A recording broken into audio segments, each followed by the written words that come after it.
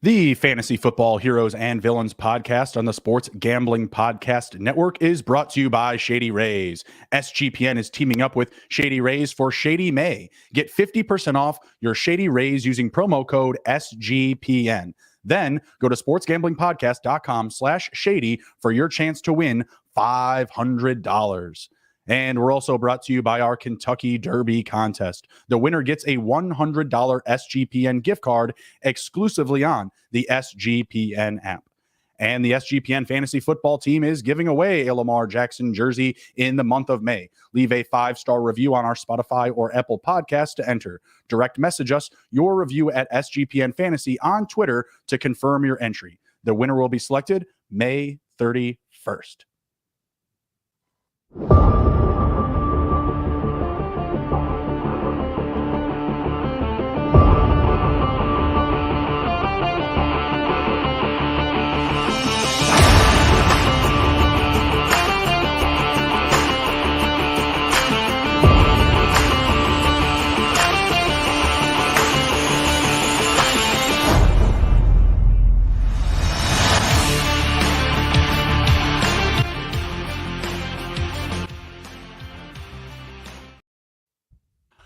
Gens assemble. Welcome to Fantasy Football Heroes and Villains. I am your host, Justin Bruni. Joining me as always is my co-host, Andrew, the TD King, Rob. And our special guest this evening is Mr. John Zaghloul of Sports Talk Chicago. How are we doing, gentlemen?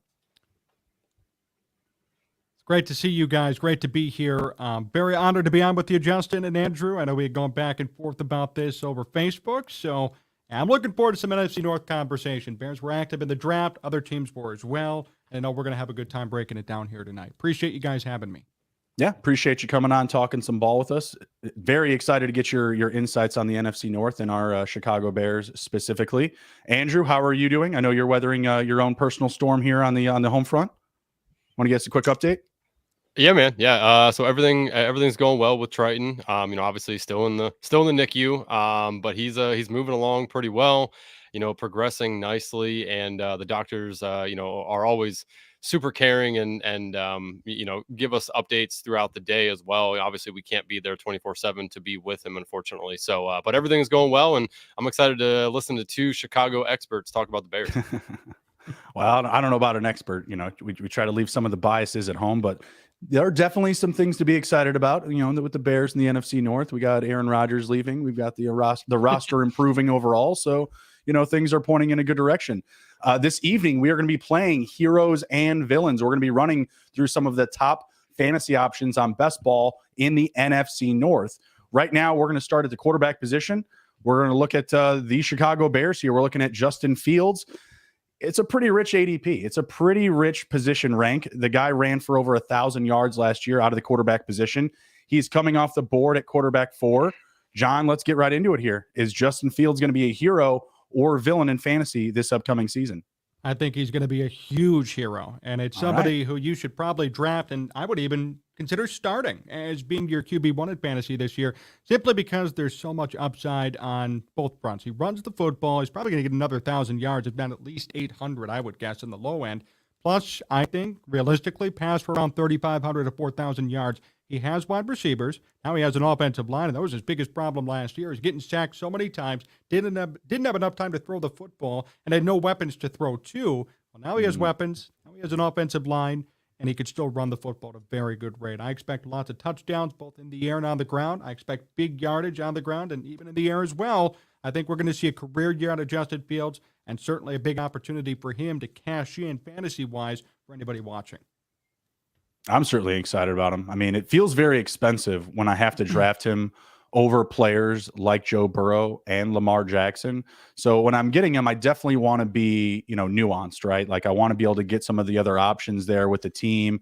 Maybe the running backs definitely don't want to be leaving without DJ Moore in best ball. And yeah, I mean, you have to love that upside, moving out of that first spot, getting a real receiver in this league, a receiver in DJ Moore that I've considered to be, what I call QB proof, right? He can produce with bad quarterbacks. And now it feels like he's getting a huge upgrade at the position. So very excited for both of those guys. Andrew, what are your thoughts here as an outsider? play a little devil's advocate here, because you already know I think he's going to be playing hero ball this year. Yeah, I mean, obviously, I like what Justin Fields brings to the table. As John alluded to, he has better pass catchers now. They upgraded the offensive line with Darnell Wright in the first round. I think that's a really good pick for them. And of course, he's going to run the shit out of the ball like he did last year. I mean, Right. I still think the Bears are going to be behind in some games. And as we saw last year, this was the case, and he still ran the ball. So that leads me to believe that no matter what, he's going to get his yards on the ground, and now bring over DJ Moore. Obviously they still have Darnell Mooney, Cole Kmet, the project of Chase Claypool. We'll see if that works out for him. But as QB4, I think that's right where he should be going. I think it's a little rich for the rounds that he's going. I mean, this is predominantly end of round 2 into round 3 for him. But the stacking potential for him in fantasy is really nice. I mean, you don't have to reach too far to grab any of his weapons. So I think that he will end up being hero, due to all those factors. What do we think about? Let's move over to the Lions here. It sounds like we're all pretty much agreeing about Justin Fields. Lions, they've got some movement here. They're going to be missing Jameson Williams. They've moved on from DeAndre Swift. A lot of moving pieces in this offense here. John, what do you think about Jared Goff this year as a fantasy hero or villain? Impressive numbers this past season. Very, very efficient. Was it 29 passing touchdowns, just 7 interceptions? One of his better seasons if he wasn't, playing for McVay, throwing 5,000 yards. He was very good. Do you expect him to maintain this level? Like, is he going to be consistent from year 1 in Detroit to year 2? I would say there's going to be a little bit of a drop-off, but not to the point where it'd be wrong to draft him in fantasy. I still expect Jared Goff to get 4,000, maybe 3,900 to 4,000 yards. I'm expecting maybe 25 touchdowns, 10 picks. Jared Goff, surprisingly to me, and I think surprisingly to everybody, has performed quite well in Detroit. I thought he was going to go there and die, frankly. I thought it was going to be over for Jared Goff, and he was going to become this backup, relegated quarterback for the rest of his career. But instead, he's turned into, ironically enough, really one of the best quarterbacks in football, statistically, last season. I think that'll continue to an extent. The good thing is, although DeAndre Swift is gone, David Montgomery is there. They have a good run game still set up, despite Swift being traded away to Philadelphia. And there was a report even that Swift wanted out after the Lions drafted a running back there in the first round this past week in the draft. So the Lions offensively are still talented. They still got firepower. They still got ways to score the football. And Jared Goff is going to be a big part of that. Is he the long-term answer? Probably not. And I think eventually the Lions will get to a point where they're going to have to seriously draft a quarterback as high as they could go to replace Jared Goff. But at the moment, he's probably one of the best stopgaps we've seen in recent memory. I mean, a stopgap shouldn't be thrown for 4,500 yards and 30 touchdowns, but Goff did it. And I think he could do something similar, maybe a little bit of a dip in production, but not too much. Yeah, I definitely sympathize with that. Would you think that he's a villain then, based off of that, expected drop-off that you're anticipating? Yeah, I would say borderline villain, just because he might throw for, 500 less yards. Okay. I don't think it's going to be significant, or he's going to drop to 3,000 yards and 19 touchdowns and 15 picks, something along those lines. I still think he's going to put up good numbers, but it will be a drop-off from last year. You can't expect Jared Goff, even though he did great, I can't expect him as a player to replicate last season. It's just going to be too difficult for him. That's fair. That's fair. Andrew, do you tend to agree? And do you also believe, that missing Jameson Williams is going to play a factor in his production? I do. Yeah, I agree a lot with what John was saying. I do expect a little bit of a dip for Jared Goff. Going as QB 17, though, I feel like that's still an okay range for him to go. I mean, at that, draft capital, he's going to be your QB2 in redraft. I do like him a lot more in best ball. You don't have to kind of figure out which weeks the Lions are going to perform well. I do think, though, it's going to be a little bit of a rough start to the season. No Jameson Williams. Once again, they don't really have anybody behind Amon-Ra St. Brown. Depending on how you feel about their newly acquired Sam Laporta, I like Sam Laporta a lot. If you go back and watch his college tape, I mean, that dude balled out. So I actually like that pick a lot. I do feel they kind of reached on him a little bit, but what that's telling me is that they are probably going to utilize him and have a plan for him. Same thing with Jahmyr Gibbs, right? They didn't go just draft him at 12 to let him sit on the bench and not make plays, right? So I think they're going to use him a lot, which is again why I kind of think like Jared Goff will dip down a little bit on the touchdown and yardage categories there. But as QB 17, I think that's fine. I would say he's more or less the anti-hero, as we like to say. He's kind of right there for me. I don't think that at 17 it's hero or villain. I mean, if you had to make me say, I guess I would say villain, just because I think the Lions could potentially take a step back. Again, like I like what they do, but I like the Bears better in the division. The Vikings are, also pretty good, and who knows what the Packers are going to do, right? So I would say villain, but I still think he's a viable, good option and a good stacking partner, in best ball. Yeah, absolutely. I actually think he's going to be a hero. I like the pieces around him and the value that you're getting like that far back at QB 17. Like it feels like a gift, because I'm going to pair him with somebody else. Of course, he's not just going to be like my top guy, but if I do get into some best ball drafts where he's my first quarterback taken, I'm probably exposing myself to a lot of other areas, to profit. Elite receivers, elite running backs, whatever it is.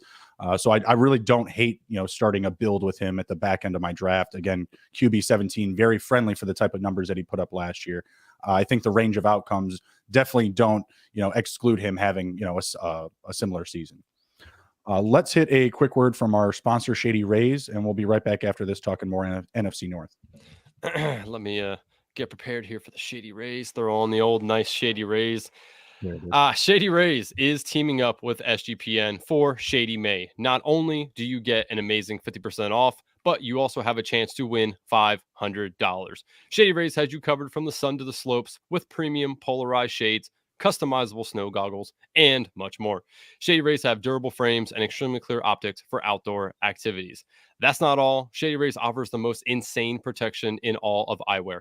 Every pair of sunglasses is backed by lost and broken replacements. So if you're out, balling, on the courts or playing a little bit of football out there on the gridiron, or, like me, like to get out some kayaking, do a little fishing, you lose them, you break them, not a big deal. Hit up Shady Rays. They will give you a replacement pair. Just go to shadyrays.com and use promo code SGPN for 50% off of 2+ pairs of polarized sunglasses. Then take your receipt to sportsgamblingpodcast.com/shady for your chance to win the $500 Shady May contest. And the SGPN fantasy football team is giving away a Lamar Jackson jersey in the month of May. Leave a 5-star review on our Spotify or Apple Podcasts to enter. Direct message us your review at SGPN Fantasy on Twitter to confirm your entry. Winner will be selected May 31st. All right, and we're back in talking NFC North best ball values, hero or villains. John, next man up here is Kirk Cousins. I want to tip my pick here. He is a hero for me this year. I have him at quarterback 8. Not great for your NFL team, but I like him in fantasy, especially in best ball where I'm getting best scores available. What are your thoughts on him for this upcoming year? Yeah, from a fantasy perspective, he certainly put up volume-type numbers last year, but I will point your attention to this. Last year, statistically, was actually one of the worst seasons he's had in his career. Most interceptions he's ever thrown in one season. Worst quarterback passer rating he's posted in one season in which he's played a full slate, at least 15 or 16 games, in last year's case, 17. So Kirk Cousins actually regressed significantly. It was masked by the fact that the Vikings had a new head coach, a new GM, and they won games despite having a similar point differential to the year before in which everybody got fired. So I find it very interesting. I find his case interesting in general. I would say in general it's probably going to be a villain for me. If Kirk Cousins continues down this path, it's only going to get worse and worse incrementally. Now, the Vikings could cover him like they did last year and play well, and everyone will be happy. But at the end of the day, those numbers that he put up last year were not necessarily elite by any stretch. Maybe the yards were there, but the interceptions, the passer rating put him more statistically as a league average quarterback. If that trend were to continue, which I think it may to an extent, that's going to be a problem for him long term. So I'm going to call him a villain. If he proves me wrong, so be it. But I'm a little bit wary after last season for him. Yeah, the offense definitely pushes him to throw the ball more, which I welcome definitely in fantasy. Like I said, not great for your NFL team. You know, if you're looking around the league for to upgrade at the quarterback position, you're probably not looking for Kirk Cousins, who can't play in prime time, super inconsistent. But yeah, in this scoring format, I'm just all about him with that connection to Justin Jefferson. Love the addition in Addison. Loved the trade for Hawkinson last season. I couldn't believe that they were able to pull that off inside the division, but the benefits were just crazy for Cousins and Hawkinson, both alike. But I totally understand, like the efficiency may not be there, so I can definitely see why like you would call him a villain. Why most people do consider him that. Actually, most times when I say something good about Kirk Cousins, I get some weird looks, and that's okay. Andrew, settle the debate here: hero or villain? Man, so he's currently going as QB 14. I have him ranked as QB 13, so he's right there for me once again. I mean, you're hitting the nail on the head here. So, the things I look at though, and this is kind of what I think John's alluding to, is if you look at 2021, he had 561 pass attempts for 4,221 yards. 2022, he had 643 attempts for 4,547 yards. So only 300 more yards on 80 more attempts. The efficiency, last year was just awful. And that's something that they need to clean up. And again, like they did just add Jordan Addison, and I think that is truly going to help them. I mean, he's for me, a huge upgrade over Adam Thielen. I'm not an Adam Thielen guy, as we all know on the show. So, I think that that's a big upside move for them. So I do think that moves the needle a little bit. TJ Hawkinson, another year in the offense, more integrated, more plays being called his way. And they used him a lot when he came over last year. So I think he's right there. I think where he's going is completely fine. I do prefer him in best ball over redraft due to the fact of, he's pretty consistent. And again, as a Washington fan, I got to see a lot of Kirk Cousins back in the day, and he has some really good games. And then there's just games that he goes out there that he looks like he forgot what he's doing. I mean, he just makes dumb decisions. So I want to kind of stay away from a redraft if at all possible.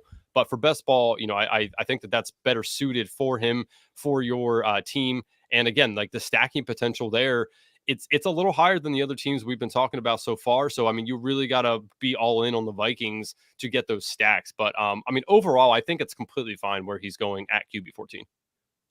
Yeah, I definitely don't hate him at his ADP, but as you've seen in our live drafts, I'm not deterred from moving him up the board if necessary, because I do love that volume. I mean, if you're not getting a running quarterback in fantasy now, the best thing that you can get is somebody that's going to pass a lot. So if Hawkinson's in that offense another year, getting more adequate with it, I'm assuming that Kirk Cousins can do the same, hopefully, and maybe bring a little bit more efficiency to his game. I think this one's going to be a quick pick here. Well, Jordan Love, hero or villain? I'm all in on villain. I'm all in on the tank for the Packers. What do we think, John? Yeah, I mean, I feel the same way. There's not enough evidence or data to suggest otherwise. He could blow us all out of the water, but think about the Packers situation. Aaron Rodgers couldn't stop bitching about the fact that he had rookie wide receivers last year. Well, now you're pairing essentially a rookie quarterback with rookie wide receivers. Green Bay's offensive staff is completely tanked. I mean, Luke Getsy's right here in Chicago. Nathaniel Hackett's out there with the Jets, ironically enough. Randall Cobb went over there too. So it's going to be very difficult for Jordan Love with little staffing and then little talent around him to succeed. He showed last year that he has potential. I think to a lot of us, to a lot of our surprise, that there was some legit potential there in an NFL system. But I will call him a villain because I just don't know. And I really don't believe in it because the circumstances around him are stacked up against him. If he overcomes it, it'll really show that he's the main driver of that situation over there in Green Bay, to the point where, hey, he's a really talented quarterback. That's huge for him, and that'll bode well for his future. But that's really wishful thinking, I would say, at this point, considering where the Packers stand. Completely agree. Yeah, as I make it 3 for 3, he's a villain for me too. I agree with everything you guys say. We don't need to beat a dead horse here, but until he kind of proves it, he's way on the bottom of the list. I currently have him ranked as QB 26, so I highly doubt I'll be having any Jordan Love this year. Let's stay right here with the Packers. Actually, I'm just going to jump over to their top receiver in Christian Watson, who I also feel has villain status, and maybe it's because of the direct connection with Jordan Love. But I am just not buying Christian Watson at wide receiver 22. He scored 7 touchdowns last season on just 65 targets. If I'm as low as I am on Jordan Love, I cannot be in on Christian Watson this high. Andrew, I've discussed this with you before. I have him backed up probably about 15 to 18 spots. John, what are your thoughts on Christian Watson for the season? Can he thrive in an offense with an underwhelming quarterback, with an underwhelming offense that's probably not visiting the red zone too often? The only reason I could say, and I will say, that he's a slight villain, if that's terminology that or a slight hero, I should say, that I'm allowed. Okay. If I'm allowed to use that terminology here, I'll use that. And the only reason I say that is because he's really the only prominent weapon for this team. I mean, he stood out most amongst the mediocrity that was the Packers last year. Mm-hmm. He really did stand out. And, although Aaron Rodgers hated his targets and hated the rookies around him, Watson did get 600-plus yards. I think there's going to be an opportunity for him to maybe get, 700, 800, being the main piece of the Packers offense from the wide receiving corps' perspective. So I think, I think there's an opportunity for him. That said, though, I'm not going to sit here, I wouldn't draft him. I wouldn't be like, I'm all in on Christian Watson. He might be a value pick in the later rounds, and he may turn out to be a nice 800-yard, maybe 5 or 6 touchdown wide receiver. So I guess I'd call him a slight hero. But I'm not going to sit here and tell you he's going to lead the league in receiving yards or be even in the top 10. I don't find that likely. Yeah, man. I struggle with Christian Watson a little bit. I've been moving him back and forth in my rankings. I think right now I have him at 22, I believe. It is hard for me to see him blowing up with Jordan Love, but he has very good talent. I mean, this was a guy I wrote about early last year about somebody that you should be drafting at the end of drafts because he was going so late. He has elite talent. And I understood that he was hurt. He wasn't going to start the year. But I mean, once he got going, I mean, he was awesome. Now, granted, that was with Aaron Rodgers and he's not there anymore. So there's some caveat to all that. But do I think he could finish as a wide receiver 2 for fantasy? I do. I do think it'll be in this back end range here, but I feel like that's where he will end up slotting in. So yeah, again, I mean, it's right there for me. I'll go hero because, again, I think he can sneak himself into wide receiver 2 territory for us, but he's not somebody I'm going out and getting. I'd rather have Calvin Ridley, who's going around him, Drake London, who's going around him. There's just other guys I feel better about. But again, I'm not going to shy away from him, but he's not somebody I'm targeting. I just see him being very middled between Aaron Jones and A.J. Dillon. I feel like that is going to be the identity of their offense, right? And everything else is just going to be a very West Coast dink and dunk type of operation.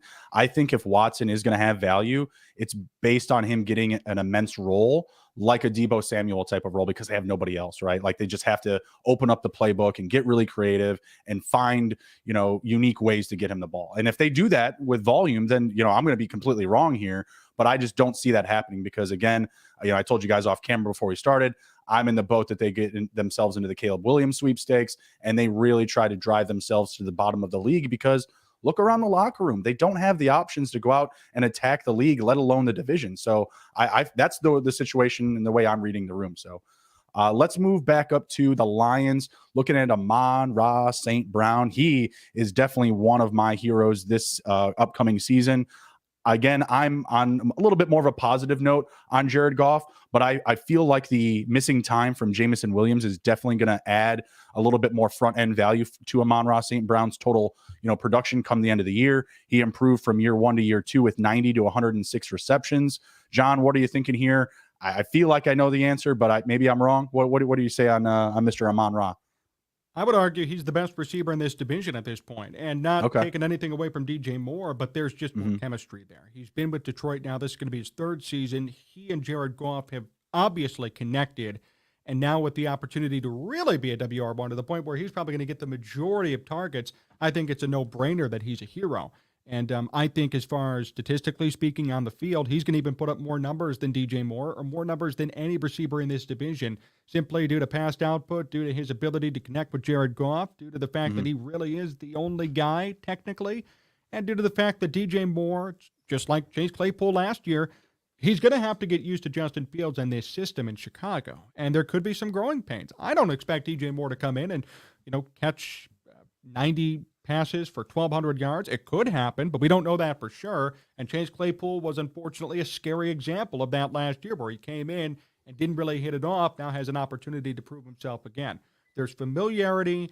there's continuity and there's a great opportunity for Amon-Ra St. Brown to do even better than he did last year, I think it could happen. Yeah, absolutely love it. Anything to add on there, Andrew? Yeah, I was gonna say, John, you better hope Justin Jefferson isn't listening to this, because when you say Well, that Amram that's fair. might be the best in this division, I think Justin Jefferson might have something to say about that. But I actually, I agree with you on everything you said about Amra. Like he's a great PPR guy. He has that opportunity and continuity with Jared Goff, and we saw it last year. I actually traded for him in a lot of leagues mid-season because it felt like he was about to go off, and he did at the end of the season. He was electric. He's a great playmaker, and he sits in that spot where Jared Goff feels comfortable throwing the ball, and that's across the middle. We don't see Jared Goff throw it deep a whole lot. And when he does, he's a little bit inaccurate, to say the least. So I think Amra fits best with Jared Goff there, and what his skill set is going to really shine in Detroit, and especially the first 6 weeks. No Jameson Williams. I expect a very large target share for the Sun God Amon-Ra St. Brown. So he's a hero to me. Yeah, 1,000% agree. And I mean, also just look at Hawkinson's gone. They have a rookie tight end. They still have some veteran guys, like Khalif Raymond, Josh Reynolds, that Goff is familiar with. But you just look around and it's just like, well, we've got two pretty decent running backs and Amon-Ra St. Brown. So, and I could see them making maybe a veteran move or something like that. They might bring in, someone with experience that maybe still sitting in free agency. I know we have, a good handful of veterans that are still looking for jobs, but regardless, man, I mean, it's wheels up for Amon-Ra to start this season. And I feel like that early on production is just going to result in even more so after Jameson comes back, because Jameson Williams is going to be suspended for 6 weeks. Like, he gets to be there for the preseason.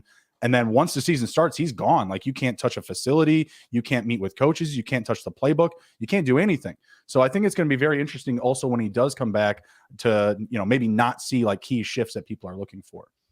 Let's hit a quick word from our sponsors, and then we'll finish off the back end of the show here. Andrew, you want to hit a quick word from the good folks at Underdog? Yeah, most certainly. We are brought to you by Underdog Fantasy. Best Ball Mania 4 is here, and Underdog Fantasy is giving away $15 million in prizes, plus plenty of ways to win with the NBA, NHL, and the MLB with their player prop parlays. Head over to UnderdogFantasy.com and use promo code SGPN for a 100% deposit bonus up to $100. That's UnderdogFantasy.com, promo code SGPN. And it's Kentucky Derby week, and the notorious OTB, brought to you by the Sports Gambling Podcast Network, is here for all Triple Crown bets. Plus, leave a review for the show wherever you get your podcast between now and Belmont Saturday, June 10th, and you'll be entered into a drawing to win a canvas print of the Wolf's one-of-a-kind Fallen Bob painting. It's post time. And we have a bonus contest exclusively on the SGPN app. Winner gets a $100 SGPN gift card. Okay, and we're back in. We're talking NFC North best ball preview. Just covered Amon-Ra St. Brown of the Lions. Let's move down to, let's go with Justin Jefferson. I'll let you lead off with this one, Andrew. Best receiver in the league, best in the division.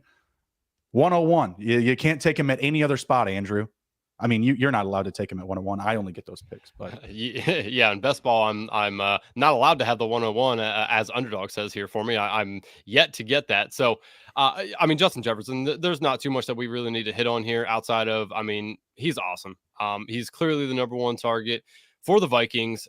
He makes just spectacular catches. Kirk Cousins obviously knows that if he doesn't throw him the ball enough, he's going to get pissed off. We've seen it before. That there was a video clip of Kirk like overthrowing him, and all you hear is "Come on, Kirk!" Like he knows that Kirk Cousins knows he needs the ball. So there's not a lot that you need to say about him. I mean, his play speaks for itself. He's gonna get the targets. I mean, and he's just awesome. I know there's a debate between him and Jamar Chase. I kind of stand to the side of that because I like them both a whole lot. But I mean, if you really want Justin Jefferson, you really can't get him outside of the number one spot. So yeah, I mean, he's clearly the best wide receiver. In this division to me. No offense to Amon-Ra St. Brown, but he's not Justin Jefferson. But yeah, I mean, Justin Jefferson's awesome. I mean, he just is. I hate what he wears at the pregame. Like he had like the weird looking goggles on, and he has his grills in. Like that's too flashy for me. But I mean, what he does on the field, for the 60 minutes is just pure electric. What do you say, John? Going to finish as wide receiver one this year, or the field? Yeah, I would say he's going to be WR1, certainly a hero.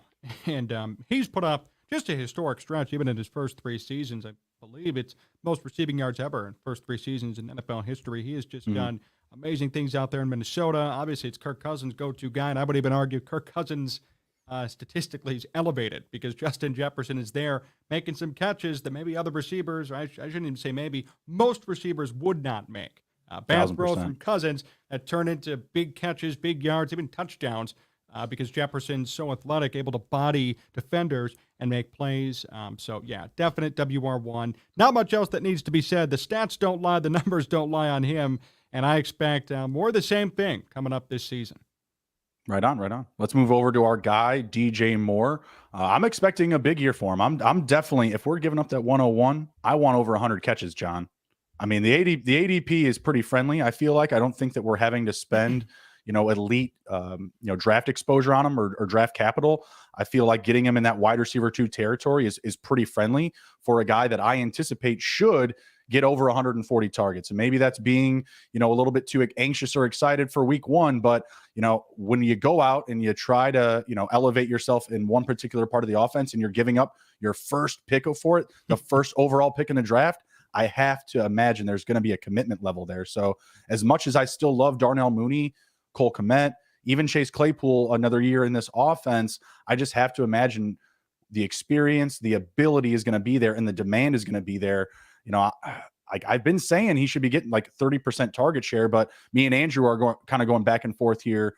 How much is this offense going to pass? And maybe you can settle that debate for us. Like, do you think that we're going to be a top 15 team in passing attempts, or are we going to try to lean into this run game now that we have some more depth there? What are your thoughts on the situation? Yeah, I'm pretty concerned that they won't pass as much as they should. I think they should because it's going to only help Justin Fields grow. It's going to help this offense grow. It's going to help them become eventually a Super Bowl contender because last year's model, as historic as it was on the ground, is not sustainable. It's not going to be sustainable for a championship, not even a division title. So I want them to pass more, and I'd love a world in which DJ Moore gets 140 targets. I'm not as confident in that, only because right now we don't know what the offense is going to look like. We don't know how many times they're going to run versus pass, and we also don't know because Justin Fields is still growing, which people don't really want to hear that, but it's true. Justin is still going to have to now get used to, hey, I have a good line. Hey, I need to throw the football instead of just run and gain 10 yards. I have to stay in the pocket and throw a little bit more. I think there's still going to be time, especially early, maybe the first 8 games, to really develop, feel out, see what's what, and understand for Justin how he's going to be using all these weapons that are now at his disposal. So I'm not going to say 140 targets. I'm not even going to say 100 catches. I expect maybe 1,000 yards, maybe 1,100, maybe about 70 to 80 catches. I think that's certainly attainable for DJ Moore, and that's on the short side. I still say he's a hero, though, because he is going to be the definite WR1 in Chicago, and he should get the majority of targets. That's no question. He is way more accomplished and much, much better than Chase Claypool or Darnell Mooney, and I think that's a definite statement to say without question. Anything to add, Andrew? I already know that you love him. So I do. I like DJ Moore a whole lot. I was in on him last year, which didn't work out very well for me because the Panthers just decided to not throw him the ball and utilize him as he should. But again, like the Bears didn't go get him for no reason. They clearly know that he's the best on the team. The thing that concerns me just is the pass attempts. Fields had 318 last year. If you give him like a 20% increase, that's like 370-ish attempts. That's still like last in the league. Like, got to crank those numbers up, man. Yeah, they need to pass the ball more. And again, last year he ran the ball a lot because I think organically the offensive line broke down around him and he needed to hustle out of there, and so he didn't get killed once again in the backfield.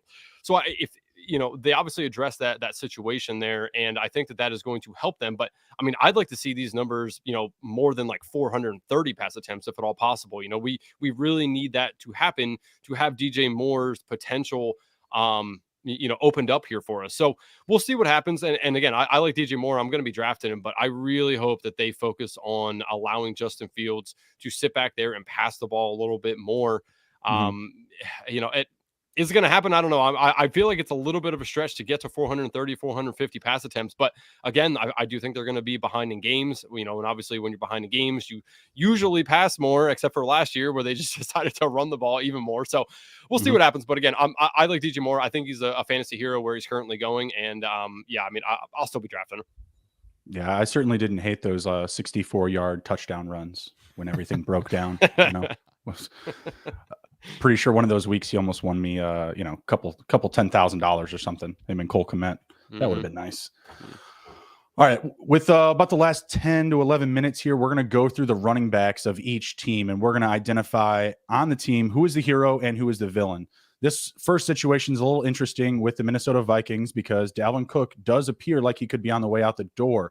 The Minnesota Vikings were actually in the market for David Montgomery at one point, and they lost out to the Detroit Lions, which is actually pretty interesting. But that just signifies, or at least what I feel like, is how out the Minnesota Vikings are on Dalvin Cook, or vice versa. And, the Vikings have read the room here. So we've got Dalvin Cook, we've got Alexander Mattison. I feel like Cook will be a hero because he's going to be leaving. And I'm not an Alexander Mattison guy. I just never have been. So it's hard for me to consider him a hero. John, how are you reading this situation? Do you think Cook stays? Does he go? Who's going to be the lead man there?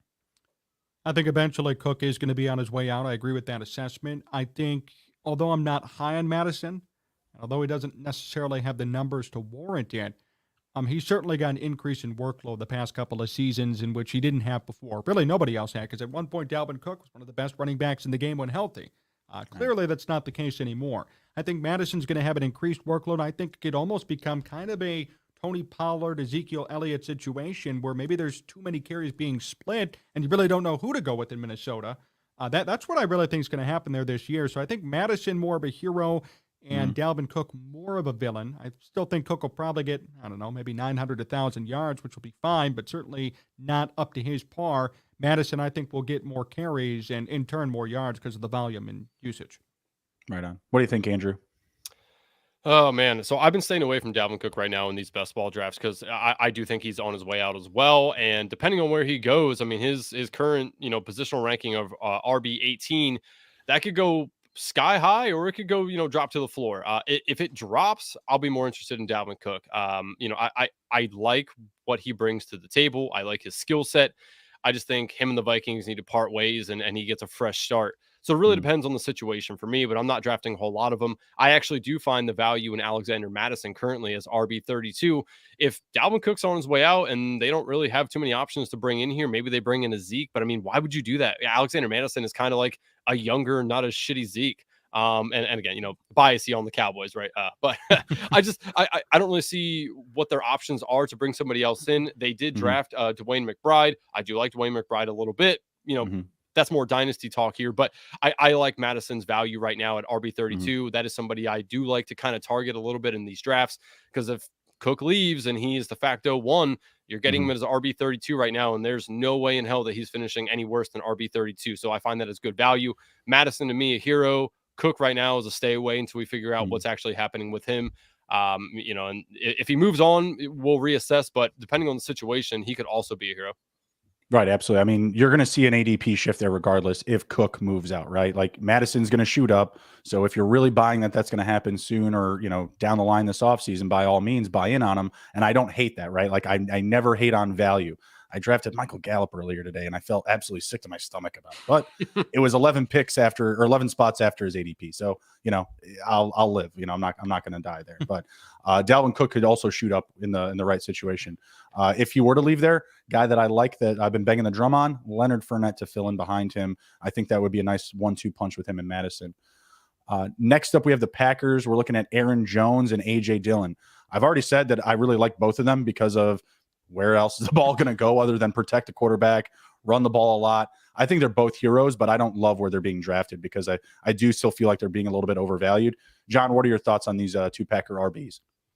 Yeah, I think they're both heroes. I think both of them are going to put up significant numbers this year. You don't know what you're going to have at the quarterback position. You have a bunch of young wide receivers. You're going to be running the hell out of the football, especially if you're not going to be winning. And maybe if you're going to be tanking, you're going to be running the football a lot this year. Last year, 770 yards there for A.J. Dillon, over 1,000 for Aaron Jones. That's really unbelievable that you almost have 2,000-yard rushers on the same team like that. And I would expect kind of the same pattern to happen this year. Both heroes, both guys I'm high on, and a situation in which you could probably get a little bit more value for A.J. Dillon in the later rounds. If he runs for 800 yards and puts up some touchdowns, that's a lot better, in my opinion, than an RB32 or RB33, especially with where the position is going overall. But at the end of the day, I think they're both people you should be targeting and you should be high on this year. Agreed. I like it a lot. What do you think, Andrew? Yeah, I agree. I'm not going to add too much to it. I like where they're both going right now. I do think, again, they're going to be running the ball a lot more than they normally do, because when you go from Aaron Rodgers to Jordan Love, I mean, you probably don't want to throw the ball as much, right? So I think they're both going to be values at where they're going. I do prefer Aaron Jones still. He's just a baller on the field, man. He's a dog. He wants the ball. And when he gets it in his hand, he is pretty dangerous. Obviously, out of the two, he has the better hands, out of him and Dillon. So I do still prefer him. And I'm fine with the RB16, current positional ranking on Aaron Jones. So both heroes to me. I do prefer Jones, but I mean, Dillon is fine, especially if you're going with a 0 RB build and kind of filling in those running backs that's starting around, RB30 or so. AJ Dillon is a nice person or a nice player to draft. And, Aaron Jones, we have known him to become injured. And if that happens, A.J. Dillon at RB33 is going to look real nice. Yeah, absolutely. I mean, if you see an injury to either one of those guys, someone's value is going to skyrocket immediately. Very similar to, like Nick Chubb, Kareem Hunt type of situation. Someone's just going to be in that pool to potentially now be an RB1 in the league. A couple more left here. We're looking at, I was about to say DeAndre Swift. I mean, just stuck in the brain. David Montgomery and Jahmyr Gibbs for the Detroit Lions now. I think that they can both be heroes based off of their ADP, but Gibbs right now feels kind of expensive just based off of maybe the recency bias from the draft. I still feel like he's going a little bit higher, but David Montgomery is settled well back into RB3 territory coming off the board. So I feel really good about drafting him. I like Gibbs in theory. I think in theory he's a hero, but I just feel it's still a little bit more risky because people are just so high on him. You see him go in the first round. You see him being really drafted not that far away from Bijan, 6 picks. Not a big difference there as far as draft capital goes. So I still feel like there's some bias towards it, but I like both of these guys a lot. What are your thoughts here, John? Yeah, I feel the exact same way. I almost feel a little bit bad for David Montgomery. Now, granted, he's making more money. The reason why he chose Detroit was because they offered him more guaranteed money than the Bears, Vikings, and Packers. All those teams were interested in him. But at the end of the day, he comes in, and it looks like, hey, he'll split the carries with DeAndre Swift. We'll see how it works out. And the Lions draft a running back round 1. So I feel like Gibbs is probably going to get the majority or at least more of those carries. It should be a battle in camp. Maybe Montgomery will get some more short yardage situations, although technically, and most of the time here in Chicago, that was not his thing. It was more so downfield stuff, and then Khalil Herbert would get some touches inside the red zone. So we'll have to see how it works out. I'm high on both of them. They're both very talented players, but I will say that I'm a little bit more wary about David Montgomery now that they've brought in first-round running back rookie. I mean, Gibbs is going to play, in my opinion, a majority of the time, or he'll get more carries at the end of the year than Montgomery simply because of that first-round draft status, pair of fresh legs, goodbye DeAndre Swift. If I'm wrong, I'm wrong, but I would say that Gibbs is probably going to get more action than Montgomery. That said, considering both their values, I think they're both going to be heroes. Love it. Love it. What do you think here, Andrew? Yeah, I mean, tell me if I'm crazy here, but is Montgomery just going to fill into the Jamal Williams role? I mean, if that's the case, Jamal Williams just led the NFL in touchdowns, and rushing touchdowns. So, the thing I like about Jahmyr Gibbs here is that what the Lions are telling us, they used a number 12 overall pick on Jahmyr Gibbs. You do not do that unless you plan on using him a ton. He's a littler back, so I mean, depending on how he is used and how he gets hit, he could get injured pretty quickly. But again, people said the same thing about Alvin Kamara coming in, and we saw what he ended up doing, right? So Jahmyr Gibbs, I like the value for him. RB15 is fine for me because I could see him finishing as an RB1. I just worry about how many touchdown opportunities he's going to get that's inside the 20-yard line. Yep. That's where I think David Montgomery is going to fill in. And if that's the case, they could both hold standalone value. But David Montgomery might have a little bit more value going at RB26 if he's really the guy that's going to be there around the goal line. Obviously, this isn't Buffalo, right? Like Josh Allen's not going to be taking the ball in. Jared Goff. Jesus, Jared Goff is obviously not going to be running the ball, so we don't have a Buffalo Bills situation here whatsoever. But yeah, both heroes to me. I worry about the Gibbs touchdown upside if he doesn't break them long in between the 20s. Yeah, absolutely agree. The way that they were using their running backs last year, it was Swift, in between the 20s, and then they would throw Jamal Williams in there to steal the touchdowns. And, every Lions fan and every, DeAndre Swift stan, was losing their minds. I like DeAndre Swift. It just didn't feel right. I didn't realize he's actually from Philadelphia too. That's actually kind of awesome for him. Like going to the Eagles after all this, like after this situation, now he gets to go to a team that just went to the Super Bowl and it's his hometown team. It's actually pretty cool.